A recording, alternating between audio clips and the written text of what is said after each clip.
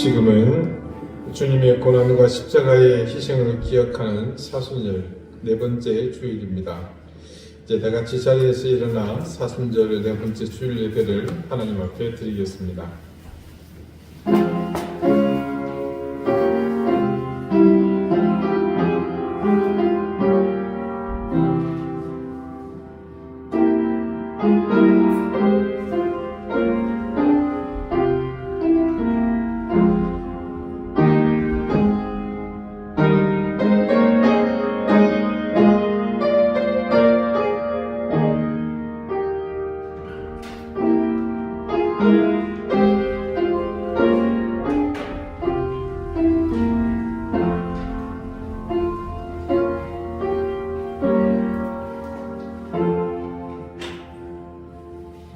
내가 주의 권능과 영광을 보기 위하여 이와 같이 성소에서 주를 바라보았나이다. 주의 인자심이 생명보다 나음으로 내 입술이 주를 찬양할 것이라. 이러므로 나의 평생에 주를 송축하며 주의 이름으로 말미암아 나의 손을 들리라. 아멘. 십자가의 고난이 기다리는 죽음의 순간을 향해 그 거친 비와 돌로로 싸위로 골고다를 향해 무거운 발걸음을 옮기시는 주님, 오늘 그리고 지금 이 순간 우리를 위해 내디디셨던 발자국들이 우리에게 살아 숨쉬고 있음을 느낍니다. 그 사랑의 무게가 얼마인지 우리의 얕은 지식은 가늠조차 할 수 없지만 그 위대하신 그룹의 무게를 깨닫지 못하고 가늠조차 하지 못하는 무지하기를 뜯는 우리 같은 인생들을 향해서도 거침없이 날아올랐음을 저희는 기억합니다. 오늘 주님의 그 거룩하신 걸음을 생각하며 우리의 모든 인식과 우리의 모든 자존감을 내버리고 무릎을 꿇고 머리를 숙이며 우리의 모든 것을 쏟아부어 경배와 찬송을 드립니다. 우리의 경배와 찬송을 받아주십시오. 주님의 그 걸음이 낳은 우리의 예배를 받으십시오. 예수 그리스도 이름으로 기원하옵나이다. 아멘. 찬송 3장 함께 찬송하겠습니다.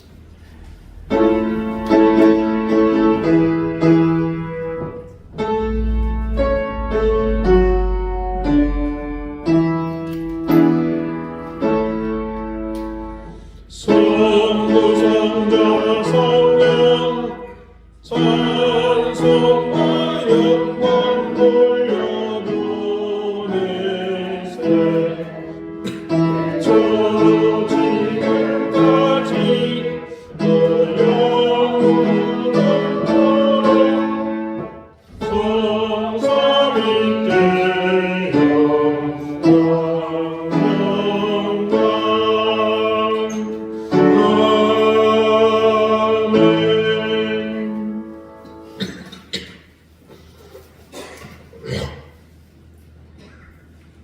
이제 다 함께 참여의 기도를 드리겠습니다. 인자와 자비로 언제나 우리 인생을 보듬어 주시는 은혜로우신 주님, 이 시간 주님 앞에 머리 숙여 우리의 죄와 허물을 고백합니다. 하나님께서 우리를 사랑하사 구원의 자녀로 죄의 사실을 벗겨주신 사실을 망각하고 죄의 권세를 따라 거듭나지 못한 옛사람으로 살았던 길을 회개합니다. 그리스도의 장성한 분량의 삶에는 관심조차도 없었고 오로지 욕망을 채우며 높은 곳에 오르기 위해 권력을 따라가며 의와 진리가 아닌 우리의 욕심만 따라 달려들었던 삶을 회개합니다. 불의와 타협하는 것에 조금도 양심의 가책을 느끼지 않았던 삶을 회개합니다. 속이고 빼앗고 짓밟는 세상의 방법을 기꺼이 따르며 내 자신만을 위해 살았던 삶을 회개합니다.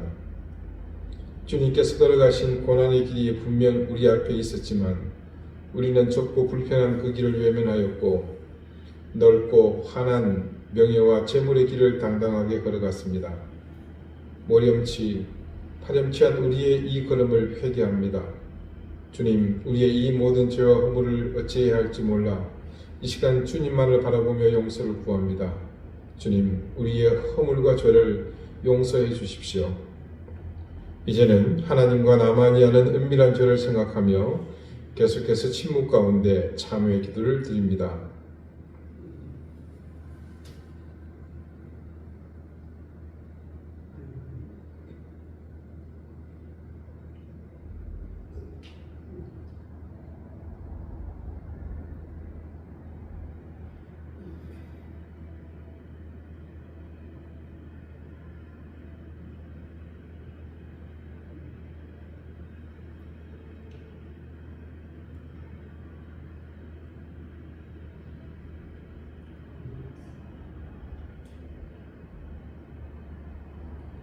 하나님께서는 자신의 부끄러운 죄를 솔직하게 고백하는 사람들에게 말씀하십니다.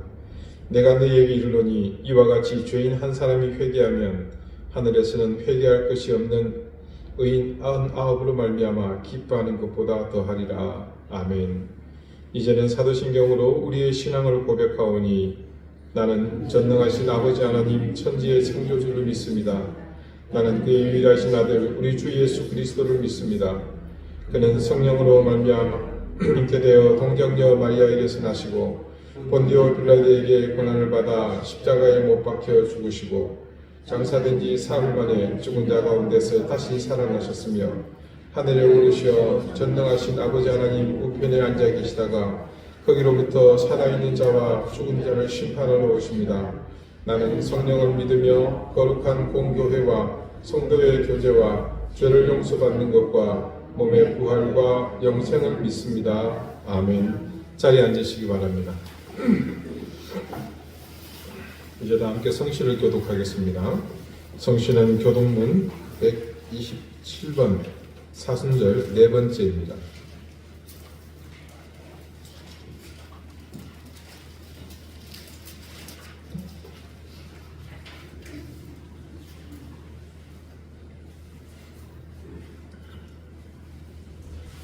여호와를 자기 하나님으로 삼은 나라 곧 하나님의 기업으로 선택된 백성은 복이 있도다.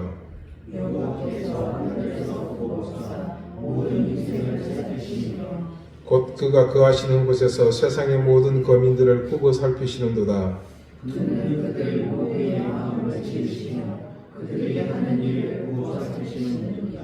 많은 군대로 구원 얻은 왕이 없으며 용사가 힘이 세어도 스스로 구원하지 못하는도다.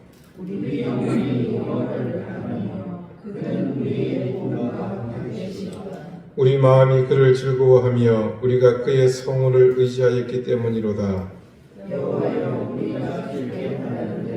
주의 인자하심을 우리에게 베푸소서. 아멘. 기도드리겠습니다. 하나님, 지난 한 주간도 온통 산불로 인한 피해로 이재민들의 한숨과 눈물로 가득했습니다. 인간의 힘으로 도저히 감당할 수 없는 이 화마 앞에 그저 단비가 내려주기만을 바라며 하늘을 쳐다볼 뿐이었습니다. 우리가 얼마나 나약한 존재인지, 그리고 세상을 마음대로 주무르며 모든 것을 다스리고 조정할 수 있는 것 같은 인간의 오만함이 철저히 무너지며 이재민들의 눈물만이 우리의 모습을 대변할 뿐이었습니다. 수십 명의 사상자가 발생했습니다. 안타까운 죽음은 우리를 더욱 가슴 아프게 합니다. 삶의 터전을 빼앗기고 머리 뉘을 공간마저 없는 이재민들을 불쌍히 여기시고 그들 위해 은혜와 자비를 내려주십시오. 특별히 화재 진압 중 유명을 달리한 대원들의 유가족을 하나님의 선한 손길로 붙잡아 주시며 의를 위해 자신을 아끼지 않는 그분들의 값진 희생이 지금 세상의 분열의 길을 달리는 인생들에게 경종을 울리게 해 주십시오. 하나님, 이 땅을 불쌍히 여겨 주십시오. 끝장을 보려는 인간의 욕망은 그 아둔함이 천지를 분간할 작은 판단력까지 흐리게 하며 스스로를 불나방으로 만들어 불길을 향해 죽을 줄 모르고 내달릴 뿐입니다. 누구를 탓하겠습니까? 그야말로 자업자득이요 인과응보요 우리 스스로 성숙해지고 불의에 동조하지 않으며 의와 진리를 따라 사는 길 외에 달리 방법이 없음을 뼈저리게 깨닫고 다시는 그런 한심하다 못해 악한 인간들이 세상에 나오지 않도록 제발 오래 묵은 그 습관에서 우리가 깨나게 해 주십시오. 지역과 계층, 사상과 심지어 단순한 생각까지도 함부로 가벼이 여기지 않고 신중하며 고민하며 숙고하여 선택하고 우리 스스로를 우리가 지켜나갈 수 있게 해 주십시오. 사순절을 보내면서 무엇보다 주님과 더불어 고난의 길을 함께 걷게 해주셔서 감사드립니다. 하나님의 끝없는 사랑, 자기 몸과 피를 내어주시는 주님의 사랑을 함께 걷는 이 걸음 속에서 배워가게 해주십시오. 주님의 고난에 있다는 것이, 그 고난을 상징하는 십자가가 눈앞에 있다는 것이 곧 우리의 승리의 상징이며 그것이 우리가 오로지 의지하고 붙잡아야 할 유일한 생명의 길임을 깨닫는 시간이 또한 되게 해주십시오. 지구촌은 곳곳이 아픔과 신음으로 가득합니다. 군부에 의해 힘든 세월을 보내고 있던 미얀마의 강진으로 수많은 사람이 목숨을 잃었습니다. 하나님, 그 땅을 불쌍히 여겨 주십시오. 정치적인 문제는 제쳐두고 국제사회가 오직 피해 복구와 인도적 지원에 나서게 해 주십시오. 우크라이나와 러시아의 의미 없는 저 전쟁이 속히 멈추게 하시고 이스라엘 중심으로 중동 땅의 평화가 속히 정착되도록 인도해 주십시오. 주님의 고난을 기억하는 이 사순절을 보내면서 조금 더 겸비하게 하시고 더 많이 말씀 앞에 우리 자신을 돌아보는 시간이 많아지도록 인도해 주십시오. 그리고 그런 시간들을 통해 우리가 하나님의 사랑을 받고 있음을 그 어느 때보다도 깊이 깨닫는 이 시간들이 되게 해주시기를 구합니다. 주님, 우리 사랑하는 이든 교회의 교우들 가정과 형편을 지켜주십시오. 자녀들을 복의 길로 인도해 주시고 생업이 이 어려움 속에서도 하나님의 도움을 얻게 해주십시오. 무엇보다 사랑하는 가족이 질병으로 고통받고 있사오니 주님의 치료하시는 능력이 기적과 같이 그들 가운데 역사하시기를 간구합니다. 오늘 이 예배를 주님께서 기쁘게 받으시며 하늘의 신령한 은혜와 귀한 사랑으로 이 시간 우리에게 내려와 주십시오. 겸손한 마음과 가난한 심령으로 주님만을 바라보오니 주님, 우리를 불쌍히 여겨 주십시오. 감사드리며 예수 그리스도 이름으로 기도드립니다. 아멘.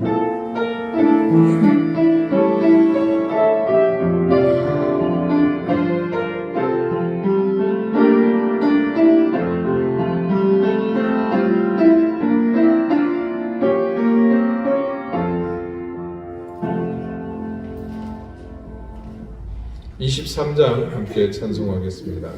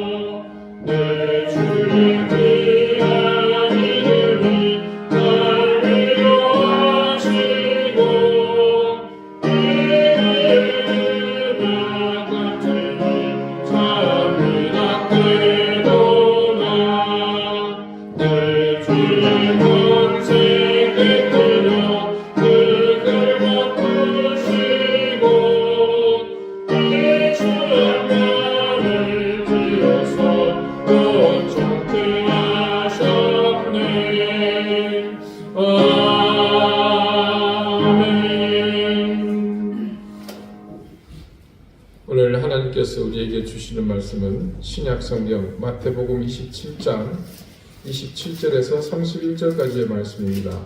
신약 50쪽입니다.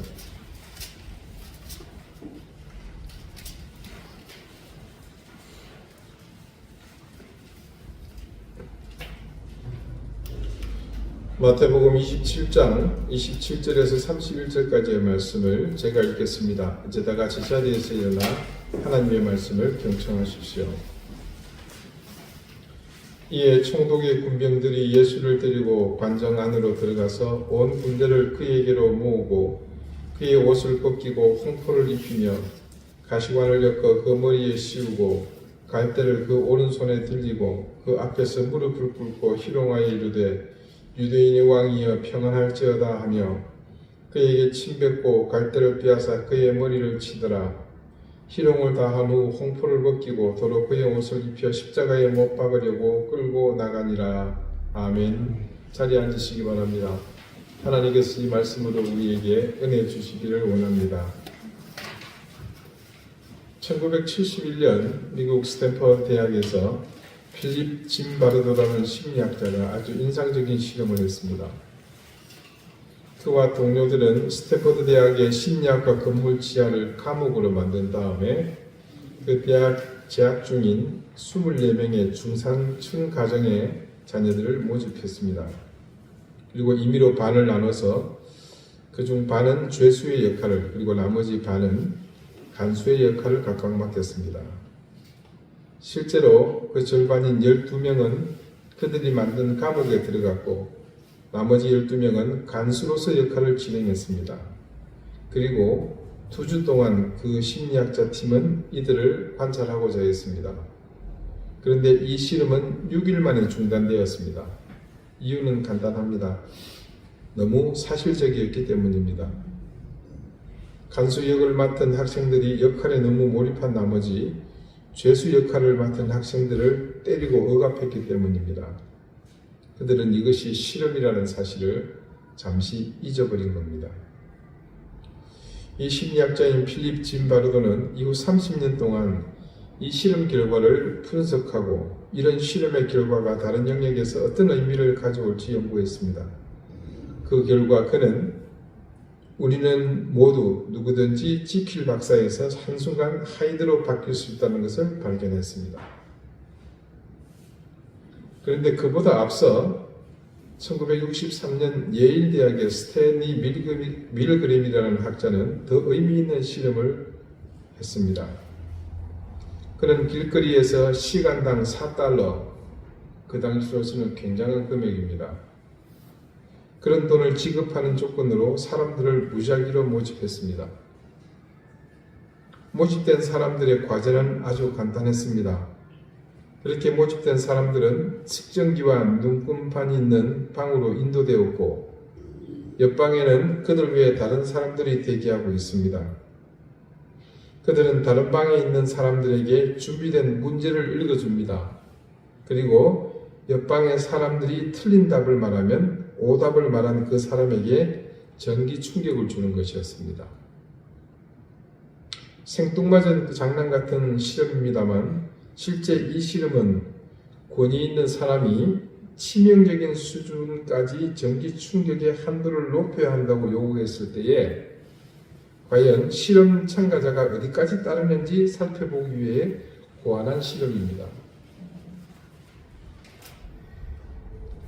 실제로는 상대방에게 전기 충격이 가해지지는 않았습니다. 물론 참가자는 실제로 전기 충격이 가지 않는다는 사실은 알지 못했습니다. 실험에 참여한 사람들은 상대방의 목소리는 들을 수 있지만 모습을 보지는 못했습니다. 실험 전 사전 브리핑에서 연구자들은 오직 1% 정도의 사람만이 사망 수준의 전기 충격까지 갈 것으로 예측했습니다. 하지만 그들의 예측은 여지없이 빗나갔습니다. 실제로 그 실험이 시작되자 65%의 참가자들이 분명 옆방에서 자신이 스위치를 올려 그 전기로 상대방의 고통스러운 비명이 들렸음에도 불구하고 무려 450V까지 전기를 올렸다고 합니다. 심지어 옆방에 있는 사람이 쓰러져 기절했는데도 불구하고 권위자가 실험을 끝까지 마쳐야 한다고 말하자 실험에 참여한 사람은 여전히 최고 전압인 650V까지 전기 충격을 가했다고 합니다. 여러분, 우리 가정용 전기가 220V입니다. 혹시 실수로 스친 기억이 있는 분들은 그 충격의 세기를 잘 아실 겁니다. 짐바도르도 또 밀그램도 그 실험에서 증명된 분명한 한 가지는 보통 사람들도 기이하고 끔찍한 일을 하도록 설득될 수 있다는 점입니다. 이데올로기와 권위 그리고 점진적인 둔화감만 잘 조화를 이루면 우리는 모두 예수님을 죽이라고 선동하는 군중들의 외침처럼 다른 사람을 파괴하는 괴물이 될 수 있습니다. 우리가 하나님을 바라보지 않고 우리를 부르신 이가 우리가 어떤 존재가 되기를 원하시는지 깊이 있게 성찰하지 않을 때 우리에게도 직면할 수 있는 현실입니다. 여기 로마 군인들이라는 다수가 행하는 악행을 보면서 그들 다수의 죄악이기에 우리와 무관하다는 함정에 빠질 수 있습니다. 하지만 과연 그럴까요? 왜 그런 말이 있지 않습니까? 모두의 것은 누구의 것도 아니다. 아주 우스운 오류 중 하나인데요. 예를 들어서 번듯한 공공시설을 만들어 놓고 그곳 안내문에 이 시설은 우리 모두의 것입니다. 그렇게 안내문을 기록한 이유가 뭐겠습니까? 내 것처럼 소중히 가꾸자고 그렇게 설득하고 있는 거 아닙니까? 하지만 누구도 모두의 것을 내 것으로 생각하는 사람은 없습니다. 이런 일반화의 오류가 죄성에서도 같은 원리로 적용되는 것 같습니다. 즉, 모두의 죄는 누구의 죄도 아니다. 그러나 주님께서는 오늘 모두의 죄 가운데서 결코 우리가 무관하지 않다는 사실을 말씀하고 싶어 하십니다. 누가의 기록에는 다른 복음서에 없는 한 가지의 내용이 담겨 있습니다. 그것은 예수님께서 빌라도에 의해 누군가에게 보내어졌다가 다시 돌아오셨다는 겁니다. 그것은 그 당시 그 지역을 다스리고 있던 분봉왕 헤롯 안티파스입니다. 그는 헤롯 대왕의 아들이었죠. 수많은 아들이 죽어나갔지만 그 중에 살아남았던 아들입니다. 우연히 예루살렘에 머물렀던 것으로 보입니다. 그 사실을 알고 있던 빌라도는 예수님의 판결에 대한 책임을 회피할 목적으로 예수님을 헤롯에게 보냈습니다. 헤롯은 장시간에 걸쳐 예수님을 신문했지만 예수님은 헤롯의 질문에 답변을 거부하십니다. 그러자 헤롯은 예수님을 경멸하고 희롱한 다음에 좋은 옷을 입혀서 빌라도에게 다시 보냈고 빌라도는 돌아온 예수님에게 십자가형을 마침내 선고합니다. 요한은 빌라도가 판결을 내리기 전에 예수님께서 심하게 채찍질을 당하신 것으로 기록하고 있습니다. 그 채찍은 여러분이 알고 있는 그 채찍이 아닙니다. 물론 그것도 아프죠. 가죽끈이기 때문에 심하게 후려치면 아주 따갑습니다. 근데 역시 말하는 채찍은 줄 끝에 동물의 뼈 조각, 돌 조각, 쇠 조각을 달아서 등짝을 후려쳤을 때는 그것이 살에 박히고 당기면 그때 박혔던 살점이 묻어나는 아주 처참한 몰골로 만드는 그런 채찍입니다. 끔찍한 형벌이었죠. 군병들은 예수님을 심하게 채찍질하고 가시관을 이마에 씌운 후 자주색 옷을 입혀서 피 흘리고 망가진 예수님을 빌라도에게 끌고 갔습니다. 빌라도는 처참한 몰골의 예수님을 군중들에게 보여주면서 그들이 예수님의 처참한 모습으로 만족하고 십자가형을 철회할 것으로 기대했던 모양입니다. 그러나 빌라도의 그런 기대는 빗나갔습니다. 군중들에게 동정심은 처음부터 없었습니다. 빌라도의 그런 기대에 돌아온 것은 더 강한 어조의 압박뿐입니다. 이제는 대놓고 십자가에 못 박으라. 그리고 이어 로마 군병들의 조롱과 모욕이 이어집니다. 마태와 마가도 역시 같이 기록하고 있습니다. 예수님께서 심하게 채찍질을 당하시고 다시 총독에게로 끌려가셔서 조롱과 모욕을 당하신 것으로 증언합니다. 예수님께서 로마의 군병들에게 모욕과 조롱을 당하신 사실은 모두가 사복음서 모두가 동일하게 증거하는 사건입니다. 로마의 병사들은 예수님의 살을 찢는 것에 만족하지 않았습니다. 그러니까 육체적인 고통을 가하는 것으로 그들은 충분하지 않았습니다. 예수님의 인간성을 말살시키고 영혼을 파괴하고자 했습니다. 예수님을 요새의 뜰 안으로 끌고 간 다음 온 부대원을 불렀습니다. 300명, 많게는 600명에 이르는 병사들이 아무런 저항할 힘조차 없는 피투성이가 된 예수님을 보려고 모였습니다. 마태는 그들이 예수님을 알몸으로 만든 후에 로마 군대의 정규 무기들로 무장한 수백 명의 병사들 앞에서 조롱당하셨다고 기록합니다. 조롱의 의미로 왕의 대관식을 거행합니다. 병사 중 한 명의 것으로 추정되는 붉은색 천을 가지다가 예수님에게 둘렀습니다. 그것으로 부족했던지 그들은 왕관도 흉내냅니다. 가시나무 가지를 꺾어서 둥글게 관을 만들어 그의 머리에 얹었습니다. 여러분 예배 마치시고 가실 때 한번 그냥 보고 가시기 바랍니다. 제가 예루살렘에서 구입해온 가시로 만든 관입니다. 이 잠시가 나갔습니다만 우리가 생각하는 가시와는 차원이 다릅니다. 저것을 머리에 얹고는 눌렀습니다. 가시가 머리에 박힙니다. 그곳에서 피가 흘러나와 얼굴을 타고 내렸습니다. 유대인의 왕이시여 하며 외치고 경의를 표합니다. 군인들이니 경례를 하지 않았겠습니까? 그들은 또 갈대를 꺾어 홀을 만들어 예수님의 손에 쥐게 했습니다. 왕이 들고 있는 그 홀을 흉내낸 겁니다. 다음으로 그들은 예수님 주위에 둥글게 모여 그렇게 서서 침을 뱉고 얼굴을 내리칩니다. 그것도 성에 차지 않았는지 이어 그 갈대마저 빼앗아서는 그 갈대로 예수님을 후려쳤습니다. 그 갈대로 내리쳤을 때 고통이 얼마나 하겠습니까? 어떤 목적입니까? 모욕을 주려는 겁니다. 계속해서 그리고 외칩니다.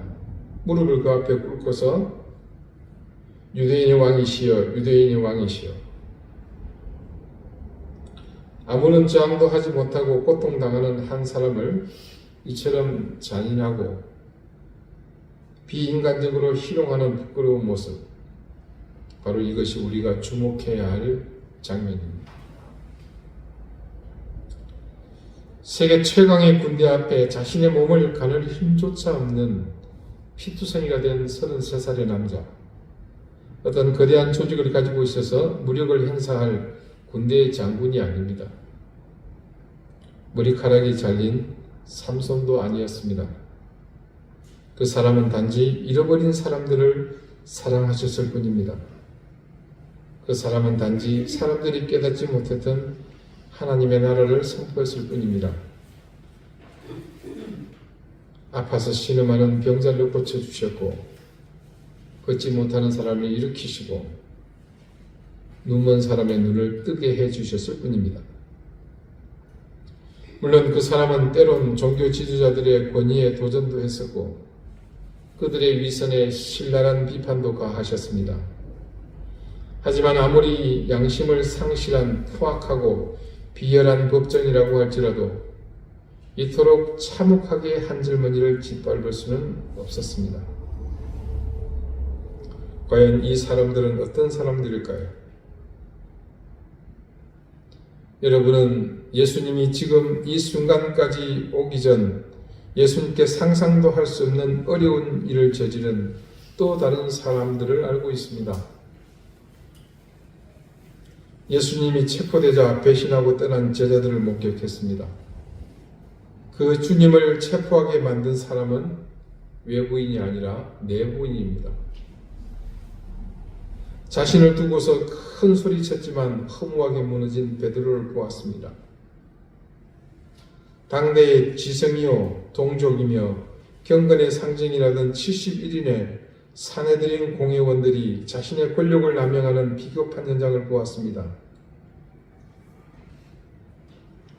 군중 심리에 휩싸여서 바라바를 놓아달라고 소리치는 어리석은 사람들도 보았습니다. 그리고 오늘 로마의 군병들은 지금 예수님을 발가벗겨 놓고 채찍으로 내리치며 살점이 떨어져 나가는 것을 지켜보며 즐거워했습니다. 침을 뱉고 조롱하며 모욕을 주었습니다. 여러분, 과연 이 군병들은, 그리고 주님께 극한 고통을 안겨주었던 사람들은 모두가 악마인가요? 오늘 우리가 만나는 이 사람들은 좀처럼 우리의 생각 안에 머물지 않았던 부류입니다. 하지만 분명 우린 이 로마의 군병들을 보아야 할 이유가 있습니다. 그것은 다름이 아니라 역사를 통해서 보편의 인간이 서로에게 비인간적인 행위를 저지를 수 있음을 극명하게 보여주기 때문입니다. 그래서 이 역시 예외 없이 우리의 이야기가 될 수 있기 때문에 신중하게 주목해서 보아야 할 사람들입니다. 아마 우리는 나는 결코 그런 짓을 하지 않을 것이다, 나는 결코 죄 없는 사람을 희롱하고 때리고 위협하며 공포심을 느끼게 하는 걸 즐겼던 로마 군병들과 같이 하지 않았을 것이다 라고 말할 수 있습니다. 그러나 그것은 언제까지나 우리의 생각과 의지일 뿐입니다. 현실은 우리 생각, 우리 의지 편 아닙니다. 미국 워싱턴을 혹시 가보신 적이 있으십니까? 여기를 다녀오신 분들은 잘 알겠지만 그곳엔 참 볼거리가 많습니다. 제일 먼저 뭐가 있습니까? 미국 대통령의 집무실인 백악관이 있죠. 백악관 앞을 나와서 넓게 열린 대로를 따라 한참 조금만 가다 보면 국회의사당이 나옵니다. 그리고 조금만 옆으로 나오면 스미소니언 재단이 세운 세계 최고 규모의 자연사 박물관, 그리고 다른 나라에서는 흉내도 못 낼 규모를 자랑하는 항공박물관이 있습니다. 또 링컨 기념관이 있습니다. 그런데요, 이 워싱턴에는 전혀 상상하지 못할 의외의 기념관이 있습니다. 그것은 홀로코스트 박물관입니다. 홀로코스트는 학살이라는 뜻이죠. 히틀러의 소위 최후의 방안이라는 명분 아래 저질렀던 잔혹했던 당시의 행위들을 전시한 곳입니다. 2차 대전 당시 유태인 포로 수용소를 담은 사진과 실제 그곳에서 채집한 당시의 유품들이 그대로 전시되어 있습니다. 그중 가장 눈길을 끌었던 것은 그 당시 독일이 수용소에 그들을 모아서 샤워실로 모두 집어넣었습니다. 샤워를 시킨다는 명목이었죠. 옷을 벗고 몸에 부착한 모든 것들을 다 떼어내고 샤워기에서 나오는 물을 기다리는 그곳에서 독가스가 나왔죠. 그리고 그 자리에서 모두가 그렇게 숨졌습니다. 그렇게 죽어간 유대인들이 그 당시 벗어놓았던 신발이며 안경이며 옷가지들이 세월의 흔적을 입은 채 그대로 전시되어 있습니다. 특히나 신발과 안경은 그대로 일정 형식 없이 켜켜이 쌓아놓았습니다. 말 그대로 그곳은 나치의 비인간성을 예고 없이 전시해 놓은 참상의 기념관이었습니다. 제가 처음 유럽을 방문했을 때 독일 뮌헨 근교에 다카우라는 곳에 있는 수용소를 방문한 적이 있습니다. 이 수용소는 2차 대전 당시 유태인을 수용했던 곳입니다. 일반적으로 우리가 잘 아는 알려진 아우슈비츠 수용소는 폴란드에 소재하고 있습니다. 독일의 만행을 가장 잘 보존하고 증언하는 유명한 기념관으로 알려진 곳입니다. 그러나 뮌헨의 다카우 수용소는 아우슈비츠와는 또 다른 의미가 있습니다. 그 또 다른 의미라는 것은 다름이 아닌 그 수용소가 독일 안에 있다는 겁니다. 한번 생각해 보십시오. 일본 오사카 경구에 일제가 조선인들을 학대하고 악랄한 짓을 저지른 것을 그대로 보존하여 기념물을 만들었다면 어떨 것 같습니까? 달리 설명하지 않아도 뮌헨 소재의 이 수용소가 가진 상징적 의미를 여러분은 충분히 짐작하실 수 있을 겁니다. 자신들의 만행을 스스로 기념물을 만들어서 단장하고 전시합니다. 또 그곳의 몇몇 장소에는 피해자들의 영혼을 위로하고 그리고 그들을 잊지 않고 기억하려는 의지를 담은 조형문들을 정성껏 만들었습니다. 또 다른 자신들, 과거 나치의 죄상을 낱낱이 까발려 놓고 있는 것입니다. 하지만 홀로코스트 기념관도 이 다카우의 수용소도 모두가 나치의 죄상을 고발하는 것만이 진정한 목적이라고 볼 수는 없습니다. 그것은 교회의 지도자들을 포함하여 그런 악에 대해 저항하거나 항거하는 것을 거부한 수백만의 보통 유럽인들이 공범임을 증언하기도 합니다. 심지어 히틀러의 이런 만행을 종식하는 데 가장 큰 역할을 한 미국조차도 나치가 이런 대학살을 진행하고 있을 당시 더 많은 유태인을 이민자로 받아들이는 것을 거부했었습니다. 홀로코스트, 이 유대인 대학살은 나치만을 고발하는 것이 아니라 그 시대를 함께 살았던 모든 인류를 고발하는 것입니다. 누구든 저처럼 이 미넨의 다카우 수용소를 처음 방문한 사람도, 워싱턴의 홀로코스트 박물관을 방문한 사람도, 그곳에 전시된 공간에 선다면 모두가 같은 생각을 품을 것입니다.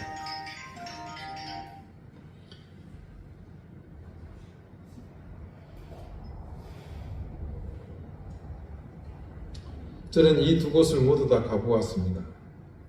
그때 제게도 내가 저지른 만행이 아니었지만 마음이 무거웠고 한편에서는 죄책감도 밀려왔습니다. 바로 이것이 이 기념관과 수용소를 단장해 놓은 목적입니다.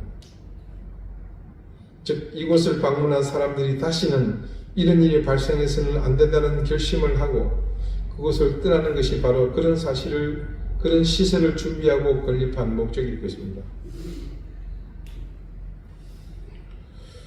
우리가 예수님의 고난과 죽음의 과정들을 보는 시각도 그와 같아야 할 줄 압니다. 그 말씀들은 이 홀로코스트 박물관이나 수용소와 같은 것입니다. 예수님의 순환과 죽음에 관한 이야기는 그래서 우리 모두의 영혼에게 느끼게 하시고 깨닫게 하시려는 하나님의 의도하심이 있다고 보는 겁니다. 하나님이 인간이 되셔서 우리 가운데로 걸어오셨을 때 인간인 우리가 하나님을 향해서 행한 비극적인 행태를 선명하게 보여주시면서 너희의 시대에 내가 다시 간다면 너희들도 이들과 똑같이 나를 대할 수 있다는 경고와 교훈을 우리에게 주시려는 겁니다. 사도 요한은요, 자신이 기록한 복음서의 첫머리에 예수님이 말씀이 되셨다고 선언했습니다. 예수님은 우리와 소통하기 위해서 하나님의 말씀이 육체를 입으신 하나님의 매개체라는 것을 가장 적절하게 표현했습니다.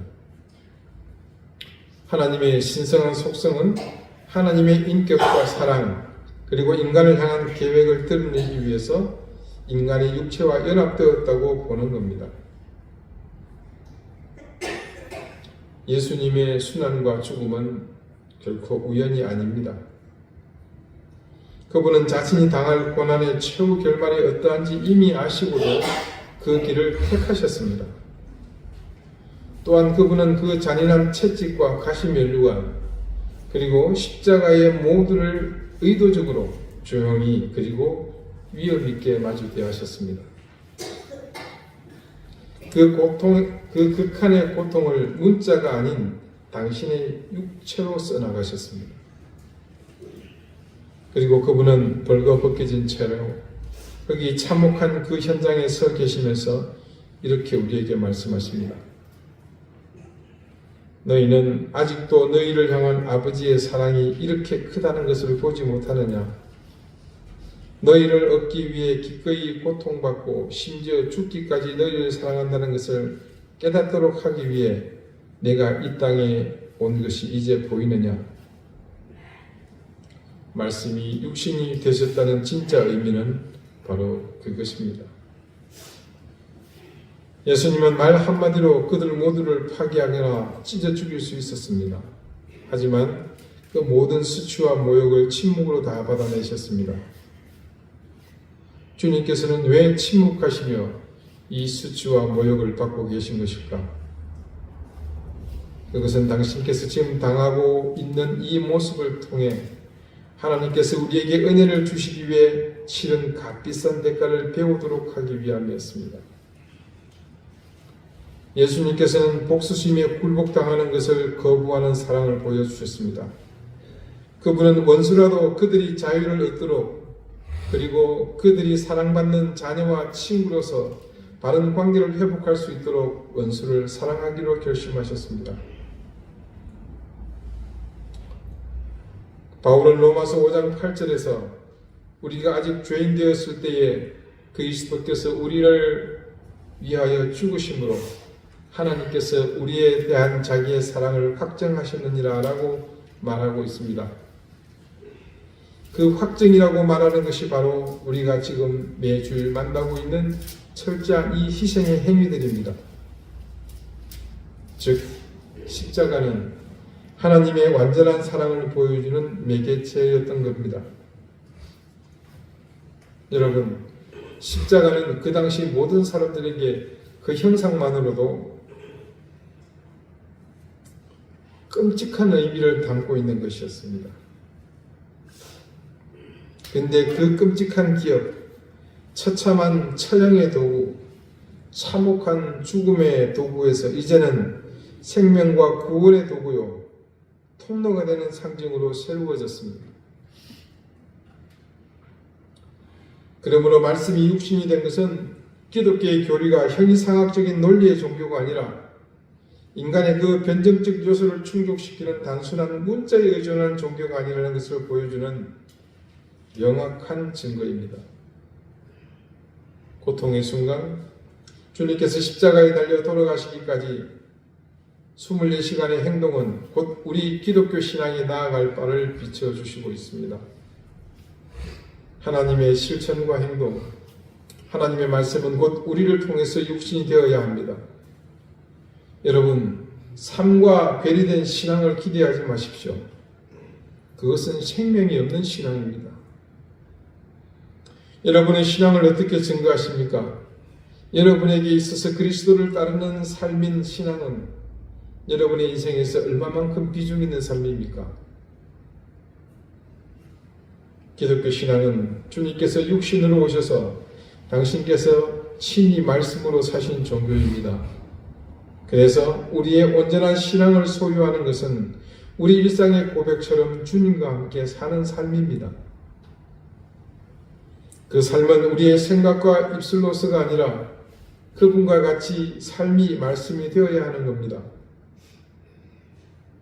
그것이 큰 것이든 작은 것이든 중요하다고 생각이 되든 그에 미치지 못하는 미약한 것이든 이후로는 여러분의 신앙이라는 모든 행위는 그 자체로 여러분의 삶이 되어야 할 것입니다. 주님께서는 그날 그 자리에 우리의 모든 것을 대신하시려고 서 계셨습니다. 자신의 모든 능력과 권세는 모두 내려놓으시겠어요. 고문당하는 희생자들을 위해서 부당하게 비난당하고 누군가에게 학대받는 사람들을 위해서 주님은 그곳에 서 계셨고 우리에게 이렇게 말씀하십니다.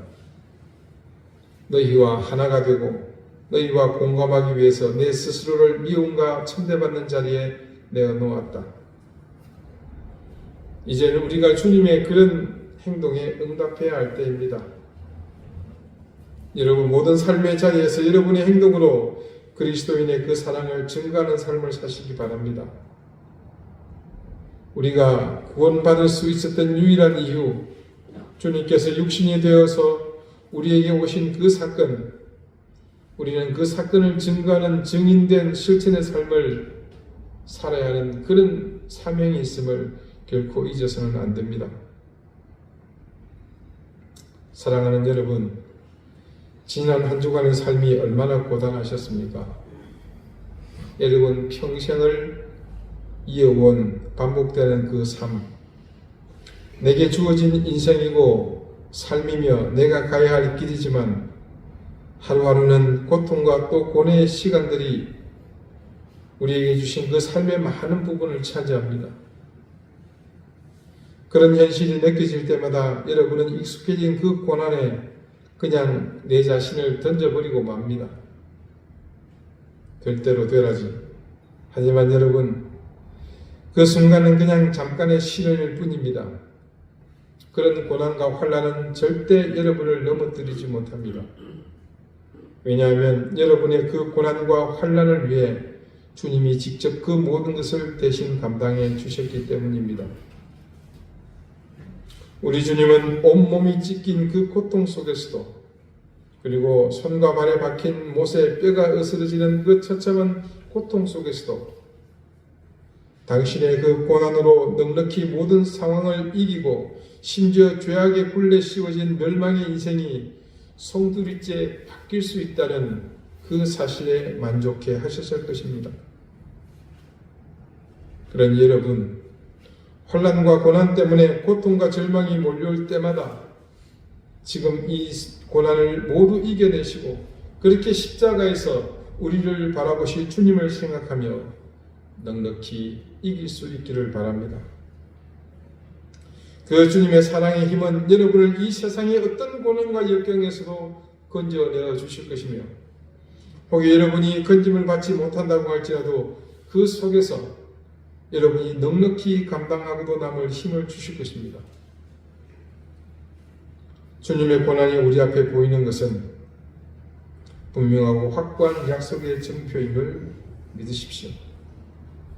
그분이 달리셨던 십자가가 여러분 눈에 보일 때마다 그 약속의 증표에 환호하시며 기뻐하십시오. 매해 반복되는 이 사순절, 주님의 고난을 기억하는 이 순간이 어떤 순간보다 그러므로 여러분에게 확신을 주며 그 확신으로 새 힘을 얻는 시간임을 기억하십시오. 기도드리시겠습니다. 주님, 아담의 후손인 인류는 근본이 악하기에 그 본성이 죄에서 벗어날 수 없는 존재였습니다.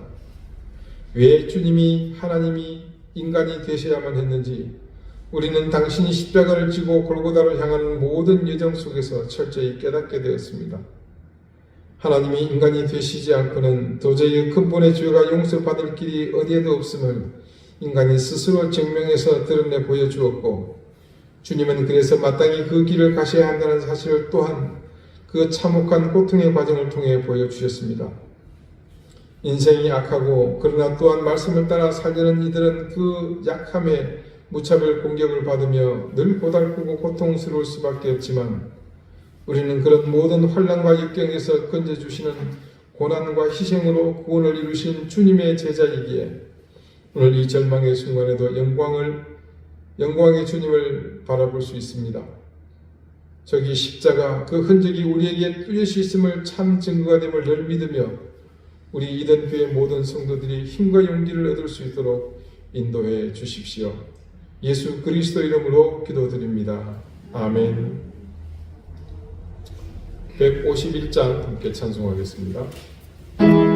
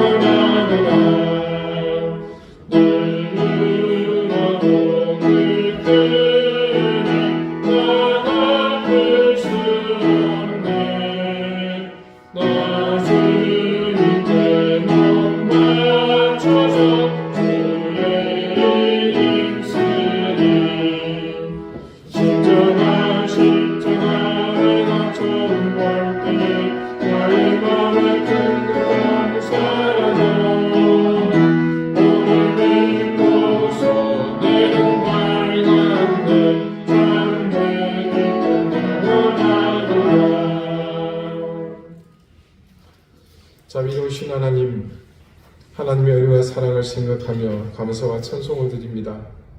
그리고 그 감사와 찬송과 더불어 주님께 주신 것 중 일부를 구별하여 이 작은 예물을 하나님 앞에 드립니다. 모든 것이 하나님의 은혜요 사랑임을 고백하는 그런 마음을 담아 드리는 것이오니 하나님 기쁘게 받아주십시오. 드린 손길을 기억해 주시며 그들의 인생과 삶 위에 하늘의 신령한 은혜, 땅의 기름진 복이 언제나 가득가득 넘치게 해 주십시오. 질고를 물리쳐 주시며 자녀들의 길을 열어주시고 그 생업의 복을 더해 주십시오. 교회를 사랑하며 섬기는 자들의 손길을 복되게 해 주시며 그 손길 가운데도 놀라운 은혜가 있게 해 주십시오. 감사드리며 예수 그리스도 이름으로 공헌 기도드립니다. 아멘. 네, 교회 소식 알려드리겠습니다. 다른 내용은 없고요. 김영동 집사님은 여러분 기도해 주신 덕분에 퇴원했습니다 하고 수술하지 않아도 되고 그래서 감사 인사를 전해왔습니다. 여러분 산불 피해 지역을 위해서 계속해서 기도해 주십시오. 하루속히 나머지 부분도 다 진화가 완료돼서 더 이상 큰 피해가 없기를 바라겠고 또 이재민들 뿐만 아니라 불을 끌어갔다가 또 유명을 달리하신 진압대원들을 위해서도 여러분 유족들 위해서도 기도해 주시기를 바라겠습니다. 또 미얀마가 어려운 가운데인데도 불구하고 또 지진으로 더 큰 고통을 받고 있습니다. 그것을 위해서 여러분 기도해 주시기 바랍니다. 이제 다 같이 자리에서 일어나셔서 앞뒤 좌우에 계신 분들과 다정하게 인사를 나누시겠습니다. 54장 찬송하겠습니다.